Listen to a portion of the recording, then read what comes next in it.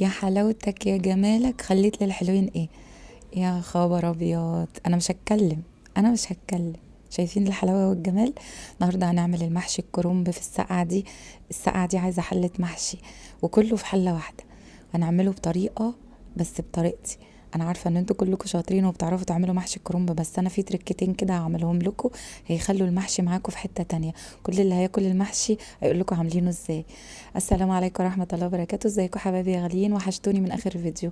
اول حاجه بجيب الكرنبايه، بتبططي عليها من تحت كده تحسيها فاضيه مش مكتومه.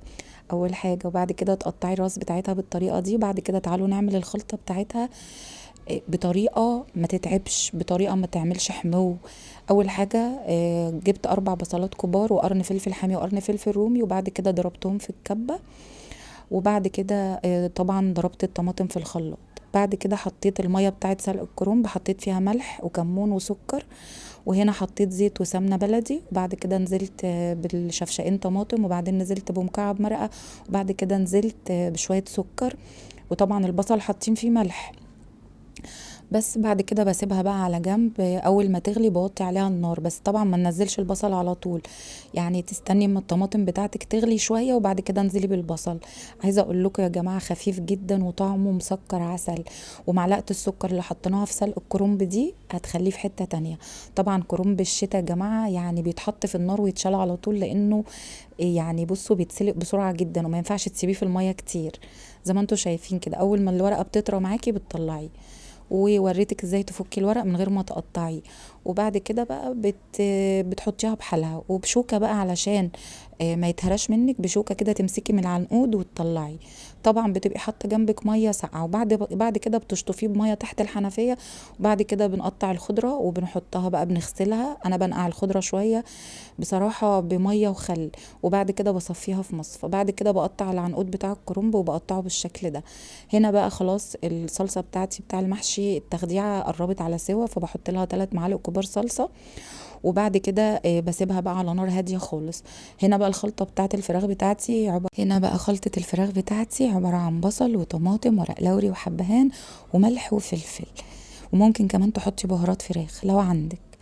بس بنحط شوية زيت مش كتير، ونحمر الفراخ من الجنبين. وبعد ما تتحمر كويس جدا ننزل بقى ب4 معالق من الخلطة بتاعتنا. والباقي هقولك دلوقتي هنعمل بيه ايه. ونشوحها مع الخلطة دي، ما تسيبهاش كتير على النار عشان البصل بتاعنا ما يتحرقش.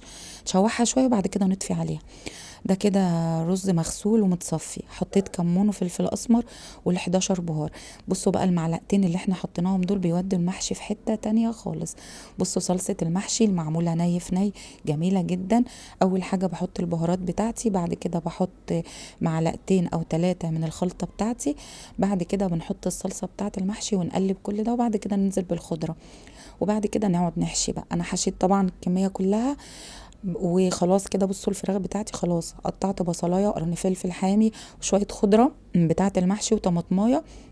وبنشيل الفراخ ونفرش ده تحت كده في الحله. بعد كده نحط الفراخ، بعد كده نرص المحشي بتاعنا. مش عايزه اقول لكم على ريحه المحشي كانت جايبه لاخر الدنيا.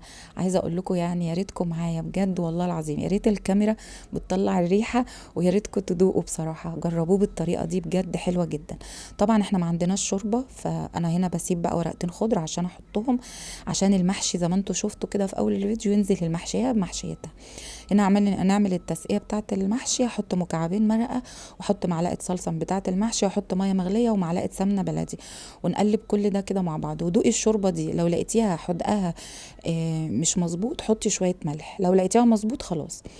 وبعد كده بنسقي المحشي بتاعنا ونرجرج الحله كده ونسقي بصوا اهم حاجه ما تغطيش المحشي الكرنب بالذات. المحشي الكرنب بالذات ما بيتغطاش. ونحط طبعا طبق صيني او طبق بقى بايركس او طبق حاجه علشان خاطر ما يتفتحش مننا المحشي. وجت اللحظه الحاسمه يا جماعه. بصراحه مش انا اللي قلبتها، يعني صاحب البيت هو اللي قلبها. بصوا يعني الفراخ نازله متحمره، ولا حمرنا ولا عملنا حاجه، والمحشيه بمحشيتها. يا رب الفيديو يكون عجبكم. لو عجبك الفيديو ما تنسيش تدعميني بلايك وتشيروا الفيديو لاصحابك.